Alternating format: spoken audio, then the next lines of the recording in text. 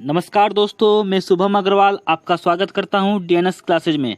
दोस्तों, आज हम बात करने वाले हैं 9 जून 2020 के करंट अफेयर्स के बारे में, जहां आज के न्यूज़पेपर के अकॉर्डिंग जितने भी बेस्ट क्वेश्चंस हो सकते हैं वो इस वीडियो में हम डिस्कस करेंगे। जैसा कि आप लोगों को मालूम है, प्रत्येक दिन सुबह 4 बजे 8 से 10 क्वेश्चंस का करंट अफेयर्स का मैं एक छोटा सा वीडियो लाता हूँ, जो कि एसएससी, रेलवे और अदर गवर्नमेंट एग्जाम के पॉइंट ऑफ व्यू से तो इम्पोर्टेंट है ही, साथ ही साथ आपके डेली करंट अफेयर्स इशू को भी अपडेट करेगा और आपके नॉलेज को भी इम्प्रूव करने में आपकी काफ़ी ज़्यादा मदद करेगा।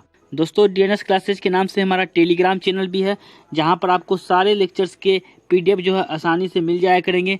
इसका लिंक जो मैं अपने वीडियो के डिस्क्रिप्शन बॉक्स में भी डाल दूंगा, जहां से आप इजीली ज्वाइन कर सकते हैं और सारी इंपॉर्टेंट जानकारी और पीडीएफ जो है आसानी से आप प्राप्त कर सकते हैं। तो शुरू करते हैं वीडियो को आज के पहले क्वेश्चन के साथ। तो हमारा आज का पहला क्वेश्चन है कि हाल में ही गृह मंत्रालय ने सीमावर्ती क्षेत्र विकास कार्यक्रम इसे क्या कहते हैं? Border area development programme. तो बॉर्डर एरिया डेवलपमेंट प्रोग्राम के तहत किस देश से सटे सीमावर्ती क्षेत्र को सुदृढ़ करने हेतु दिशा निर्देश जारी किए हैं? तो दोस्तों, आप लोग को पहले यहाँ पे मालूम होना चाहिए कि गृह मंत्रालय यानी होम मिनिस्ट्री के जो मंत्री हैं, होम मिनिस्टर हमारे कौन हैं? वो हैं अमित शाह जी जो हैं हमारे गृह मंत्रालय के मंत्री हैं, होम मिनिस्टर हैं हमारे। ठीक है, तो हमारे आज के पहले क्वेश्चन का जो है आंसर हो जाएगा चीन। जैसा कि अभी मालूम है कि विवाद चल रहा है भारत चीन को लेकर बॉर्डर पर, तो इसका आंसर जो है चीन हो जाएगा। यदि इसके बारे में कुछ डिटेल में बातें करते हैं तो वो ये है कि गौरतलब है कि वित्तीय वर्ष 2020-21 में सीमावर्ती क्षेत्र विकास कार्यक्रम हेतु 784 करोड़ रुपए आवंटित किए गए हैं। कितने रुपए आवंटित किए गए हैं? तो 784 करोड़ रुपए। अमाउंट भी हमें याद रखना है कि 784 करोड़ रुपए आवंटित किए गए। राज्यों और केंद्र शासित प्रदेशों से लगने वाली अंतर्राष्ट्रीय सीमा की लंबाई और जनसंख्या जैसे विभिन्न मानदंडों के तहत इस धनराशि को वितरित किया जाएगा। ठीक है, आपको मेन मोटिव जो यहाँ पर ध्यान रखने का है कि एक तो ये कि 2020-21 के तहत जो वित्त वर्ष के तहत 784 करोड़ रुपए आवंटित किए गए हैं, और साथ ही साथ आपको यहाँ पे ये ध्यान रखना है कि 2019-20 जो वित्त वर्ष था हमारा, उसके तहत जो धनराशि आवंटित किया गया था वो है 825 करोड़ रुपए।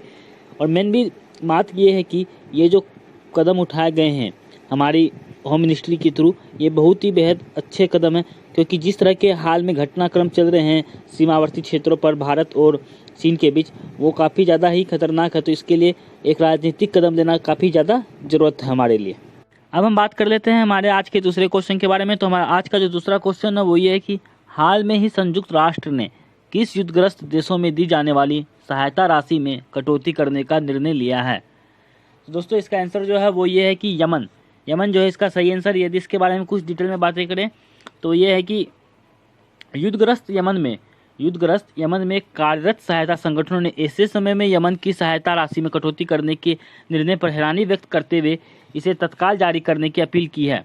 ठीक है, यहाँ पर जो है यमन में कुछ सहायता राशि दी जाती थी, संगठन राशि दी जाती थी, तो वो जो है इस समय उसकी राशि में कटौती कर दी गई है। तो उसके ऊपर हैरानी व्यक्त करते हुए उन्होंने कहा कि अपील किया है कि यह जो निर्णय सही नहीं है, और वो भी इस समय लिए जा रहे हैं जब यमन कोरोना वायरस व गृह युद्ध जैसी दोहरी समस्याओं से जूझ रहा है। सहायता राशि में कटौती करने के निर्णय से यमन में चल रहे संयुक्त राष्ट्र संघ के 75% कार्यक्रम बंद हो सकते हैं। यदि वो ये संयुक्त राष्ट्र इस तरह का काम करता है तो उससे 75% राशि कितने? तो 75% कार्यक्रम जो है उसकी बंद हो सकते हैं और उसका प्रचालन भी प्रभावित हो सकता है। अब हम बात कर लेते हैं हमारे आज के तीसरे क्वेश्चन के बारे में। तो हमारा आज का जो तीसरा क्वेश्चन है वो ये है कि 2022 महिला एशियाई कप की मेजबानी के अधिकार हाल में ही किस देश को मिला है? तो किस देश को जो है 2020 महिला एशियाई कप का अधिकार मिला है, आपको बताना है। दोस्तों, इसका आंसर जो है भारत को इसका अधिकार मिला है। यदि इसके बारे में कुछ डिटेल में बातें कर ले तो वो ये है कि एशियाई फुटबॉल परिसंघ कौन है? AFC ने 1979 के बाद पहली बार 2022 एशियाई कप की मेजबानी के अधिकार भारत को दिए हैं। इससे पहले यदि क्वेश्चन आ जाए कि इससे पहले जो है वो अधिकार कब मिले थे भारत को, तो वो है 1979, और 1979 के बाद अब मिला है ये भारत को 2022 में, यानी कितने वर्ष टोटल? 43 ईयर्स बाद 43 ईयर्स बाद ये जो अधिकार मिले हैं। यदि इसके बारे में और कुछ बातें करें तो वो ये है कि यह फैसला AFC महिला फुटबॉल समिति की बैठक में लिया गया है, जहां पर भारत बतौर मेजबान सीधे ही क्वालिफाई कर लेगा। जहां पर क्या कि बतौर मेजबान जो सीधे क्वालिफाई कर लेगा, और साथ ही साथ क्या टूर्नामेंट 2023 फीफा महिला वर्ल्ड कप के लिए अंतिम क्वालिफिकेशन टूर्नामेंट के तौर पर भी काम करेगा। अब हम बात कर लेते हैं हमारे आज के चौथे क्वेश्चन के बारे में। तो हमारा आज का जो चौथा क्वेश्चन है वो ये कि फोर्ब्स की तरफ से जारी की गई सबसे ज़्यादा कमाई वाले सेलिब्रिटीज की लिस्ट में किस एकमात्र भारतीय अभिनेता को 364 करोड़ रुपए कमाई के साथ 52वां स्थान प्राप्त हुआ है। कितना स्थान? तो 52वां स्थान।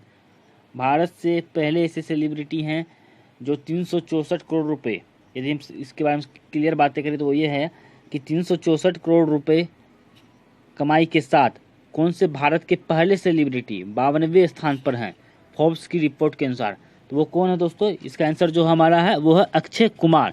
यदि इसके बारे में कुछ डिटेल में बातें करें तो वो ये है कि फोर्ब्स की 2020 की सबसे ज़्यादा कमाने वाली सेलिब्रिटीज़ की लिस्ट में अक्षय कुमार एकमात्र भारतीय सेलिब्रिटी हैं जिन्होंने अपनी जगह बनाई है। साथ ही अक्षय कुमार ने इस सूची में हॉलीवुड एक्टर्स जिनको इन्होंने पीछे किया है तो वो ये हैं विल स्मिथ और जेनिफर लोपेज जैसे दिग्गजों को पीछे छोड़ दिया है। जून 2019 से मई 2020 के बीच अक्षय कुमार की कुल कमाई $48.5 मिलियन हैं। कितनी डॉलर्स है? तो $48.5 मिलियन हैं, यानी लगभग 365 करोड़ रुपए की आंकी गई। $48.5 मिलियन यानी 365 करोड़ रुपए जो है कमाई देखी गई है। और अक्षय कुमार इस लिस्ट में 52वें स्थान पर है। किसके अनुसार? तो फोर्ब्स की रिपोर्ट के अनुसार। ये ध्यान रखना है। अब हम बात कर लेते हैं हमारे आज के 5वें क्वेश्चन के बारे में। सबसे इम्पोर्टेंट क्वेश्चन ये वो है कि हाल में ही कर्नाटक के किस स्टेशन पर दुनिया का सबसे बड़ा प्लेटफॉर्म बनाया जा रहा है। दोस्तों ये क्वेश्चन जो है जीके के पॉइंट ऑफ व्यू से काफ़ी ज़्यादा इंपॉर्टेंट है, साथ ही साथ करंट अफेयर के पॉइंट ऑफ व्यू से तो ये इम्पोर्टेंट है। और क्वेश्चन हमें कुछ इस तरह से भी पूछा जा सकता है कि दुनिया का सबसे बड़ा प्लेटफॉर्म कहाँ बनाया जा रहा है। क्वेश्चन हमें ये भी पूछ सकता है। तो इसका आंसर क्या हो सकता है? एक तो भारत हो सकता है, क्योंकि दुनिया का सबसे बड़ा प्लेटफॉर्म करें तो भारत भी हो सकता है। और दूसरा इसका आंसर क्या हो सकता है? कर्नाटक भी हो सकता है कि कर्नाटक में जो दुनिया का सबसे बड़ा प्लेटफॉर्म बनाया जा रहा है। ठीक है। और तीसरा क्या हो सकता है? जो इसका आंसर है, तो इसका आंसर क्या है? वो हुबली स्टेशन पर जो है दुनिया का सबसे बड़ा प्लेटफॉर्म बनाया जा रहा है। यहाँ पर जीके का एक और क्वेश्चन राइज होता है कि इससे पहले जो है सबसे बड़ा प्लेटफॉर्म कहाँ पर है? तो वो है गोरखपुर। दुनिया का इससे सबसे बड़ा प्लेटफॉर्म इससे पहले कहाँ पर है अभी तक फिलहाल में? तो वो है गोरखपुर। ठीक है, गोरखपुर में। इसकी लंबाई जो है 1377 मीटर है शायद, देख लेते हैं। 1377 मीटर शायद, देख लेते हैं, कंफर्म कर लेते हैं। ठीक है, तो कुछ डिटेल में बातें करें तो वो ये है कि कर्नाटक के हुबली स्टेशन पर दुनिया का सबसे बड़ा प्लेटफॉर्म बनाया जा रहा है। अभी भारत और दुनिया का सबसे बड़ा प्लेटफॉर्म गोरखपुर रेलवे स्टेशन का, मैंने जैसे कि बताया, हुबली दक्षिण पश्चिम रेलवे, यानी दक्षिण पश्चिम रेलवे कौन से हो गए? SW south west railway. ठीक है, जो उनका मुख्यालय है। SWR के प्रवक्ता ने कहा कि प्लेटफॉर्म नंबर 1 की लंबाई, प्लेटफॉर्म जो स्टेशन बनाया जा रहा है, जो प्लेटफॉर्म बनाया जा रहा है, उसकी करंट लंबाई जो वो 550 मीटर है, जिसे बढ़ाकर कितना किया जाने वाला है? तो 1400 मीटर किया जाने वाला है। और गोरखपुर रेलवे स्टेशन की जो लंबाई है, मैंने सही बताया था, 1366 मीटर है। 1366 मीटर है और अब हो जाएगी हुबली की 1400 मीटर। अब हम बात कर लेते हैं हमारे आज के छठे क्वेश्चन के बारे में। तो हमारा आज का जो छठा क्वेश्चन है वो है विश्व महासागर दिवस दिन में से किस दिन बनाया जाता है? वर्ल्ड ओशियन डे कब सेलिब्रेट किया जाता है? तो दोस्तों इसका आंसर जो है 8 जून। यदि इसके बारे में कुछ डिटेल में बातें करें तो वो ये है कि विश्व महासागर दिवस प्रति वर्ष 8 जून को बनाया जाता है। समुद्र की महत्वपूर्ण भूमिका के प्रति जागरूकता बढ़ाने के लिए इस दिवस की शुरुआत 1992 में की गई थी। कब शुरुआत की गई थी? तो 1992 में की गई थी। पहली बार कब सेलिब्रेट किया गया था?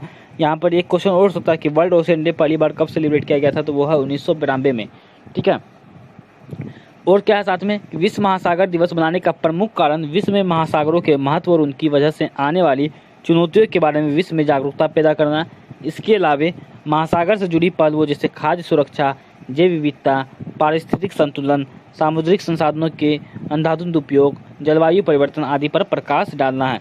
अब हम बात कर लेते हैं हमारे आज के 7वें क्वेश्चन के बारे में। तो हमारा आज का जो 7वां क्वेश्चन है वो है किस राज्य सरकार ने कांत कवि लक्ष्मीकांत महापात्र के द्वारा, कौन कवि हैं वो, जिस कवि की बात हो रही है वो है कांत कवि लक्ष्मीकांत महापात्र के द्वारा रचित वंदे उत्कल जननी। हमें ये भी ध्यान रखना है कि वंदे उत्कल जननी, यदि बात करें यहाँ पर, तो वंदे उत्कल जननी संगीत जो वो किनके द्वारा लिखा गया है? तो लक्ष्मीकांत महापात्र। गान को 110 साल बाद राज्य गीत की मान्यता दी गई है। कहाँ पर? तो वो है ओडिशा। ओडिशा में जो है मान्यता दी गई है। जिसके बारे में कुछ डिटेल में बातें करें तो वो ये है कि मुख्यमंत्री नवीन पटनायक, ओडिशा के मुख्यमंत्री कौन है? नवीन पटनायक। एक और क्वेश्चन निकल के आता है कि अध्यक्षता में आयोजित कैबिनेट ने इस गीत की सरकारिता मान्यता देने के प्रस्ताव पर भी अपनी मोहर लगा दी है। ठीक है। और साथ ही साथ क्या, मुख्यमंत्री नवीन पटनायक ने आहन पर कोरोना योद्धाओं के सम्मान में पिछले 30 मई शाम 5:30 बजे वंदे उत्कल जननी गान ओडिशा के साथ देश विदेश में रहने वाले ओडिया लोगों ने गाया था। जितने भी ओडिया लोग थे वहाँ पर उन्होंने 30 मई को शाम 5:30 बजे कोरोना योद्धाओं के लिए गाया था। गौरतलब है कि साल 1910 में कांत कवि लक्ष्मीकांत महापात्र के द्वारा रचित वंदे उत्कल जननी गीत को पहली बार साल 1912 में बालेश्वर में आयोजित उत्कल सम्मेलन में गाया गया था। पहली बार कब गाया था? तो 1912 में बालेश्वर में गाया गया था। अब हम बात कर लेते हैं हमारे आज के 8वें और आखिरी क्वेश्चन के बारे में। तो वो ये है कि हाल में ही जावेद अख्तर को गहन सोच, धर्मनिरपेक्षता तथा मानवीय मूल्यों के विकास में योगदान हेतु किस प्रतिष्ठित अवार्ड से सम्मानित किया गया? दोस्तों इसका आंसर जो है रिचर्ड डॉकिंस अवार्ड से सम्मानित किया गया। जिसके बारे में कुछ डिटेल में बातें करें तो वो ये है कि जावेद अख्तर इस पुरस्कार को पाने वाले पहले भारतीय हैं। इससे पहले बिल मेहर और क्रिस्टोफर हिचन्स को यह पुरस्कार मिल चुका है। इसके बारे में और बातें करें तो वो यह है कि रिचर्ड डॉकिंस पुरस्कार को साल 2003 से दिया जा रहा है। कब से दिया जा रहा है, कब से शुरुआत की गई है? तो 2003। इसका भी ध्यान रखना हमें, साल 2003 से इसकी शुरुआत की गई है, जो ब्रिटिश विकासवादी जीव विज्ञानी रिचर्ड डॉकिंस के नाम पर है। यह पुरस्कार उस व्यक्ति को दिया जाता है जो सार्वजनिक रूप से तर्कसंगत धर्मनिरपेक्षता के मूल्यों और साइंटिफिक तथ्य को बनाने की घोषणा रखता है। अब हम बात कर लेते हैं हमारे आज के क्वेश्चन ऑफ द डे के बारे में। तो हमारा आज का जो क्वेश्चन ऑफ द डे है वो है, बड़े राज्यों में भारत के राज्य खाद्य सुरक्षा सूचकांक में कौन सा राज्य शीर्ष पर है? इसका पहला ऑप्शन है मध्य प्रदेश, दूसरा गुजरात, तीसरा महाराष्ट्र और चौथा तेलंगाना। जो भी आपको सही लगता है वो आपको आंसर देकर बताना है कमेंट सेक्शन में। कमेंट सेक्शन में इसका कमेंट तो करना ही है, साथ ही साथ आपको कमेंट सेक्शन में एक और काम करना है कि जो भी आप हमें सुझाव देना चाहते हैं वो आप हमें कमेंट सेक्शन में कमेंट करके बताएं। हमें इससे मोटिवेशन मिलता है और काम करने में भी काफ़ी ज़्यादा मदद मिलती है। और साथ ही साथ क्या है कि यदि आपको मेरा वीडियो यदि पसंद आई ये वाला तो लाइक तो करना है ये वीडियो को। और साथ में क्या, अभी तक आपने यदि सब्सक्राइब नहीं किया है तो सब्सक्राइब कर लें, प्लस में क्या, शेयर कर लें वीडियो को अपने दोस्तों के साथ, फ्रेंड्स के साथ शेयर कर दें, जहाँ पर आपको साथ साथ उनको भी महत्वपूर्ण जानकारी मिल सके। और मैं आप लोग को कुछ एक अनाउंसमेंट करना चाहता हूँ, वो ये है कि जैसा कि हमारा जो ये कोर्स चल रहा है डेली करंट अफेयर्स का मॉर्निंग प्रत्येक दिन सुबह 4 बजे का, ये से क्या है कि ट्यूसडे यानी मंगलवार से आएगा संडे तक आएगा। ठीक है। और मंडे को क्या होगा, हमारा छुट्टी रहेगा डेली करंट अफेयर्स का। तो मंडे को जो छुट्टी हो रही है 2 बार से, इसकी जगह मैंने सोचा है कि मंडे को जो है प्रीवियस 7 डेज साप्ताहिक करंट अफेयर्स लाएंगे। साप्ताहिक करंट अफेयर्स अपन, जहाँ पर क्या होगा कि पिछले 7 दिनों के जो करंट अफेयर्स हमने पढ़ने उसमें से महत्वपूर्ण क्वेश्चन उठाएंगे, इंपॉर्टेंट क्वेश्चन उठाएंगे, उसको हम रिवीजन करेंगे। और मैंने एक चीज़ और सोचा है कि मंथली करंट अफेयर्स, हर महीने के लास्ट में एक मंथली करंट अफेयर्स भी आया करेगा। मंथली करंट अफेयर्स जहाँ पर हम पूरे मंथ के करंट अफेयर्स को भी डिस्कस करेंगे। ठीक है। तो आपको बिल्कुल बने रहना है। सुबह 4 बजे लाइव चलता है ये क्लास, तो वहाँ पे आपको कमेंट करना है जो भी आप अपना सुझाव देना चाहते हैं। चलते हैं नेक्स्ट वीडियो में मिलते हैं। Thank you.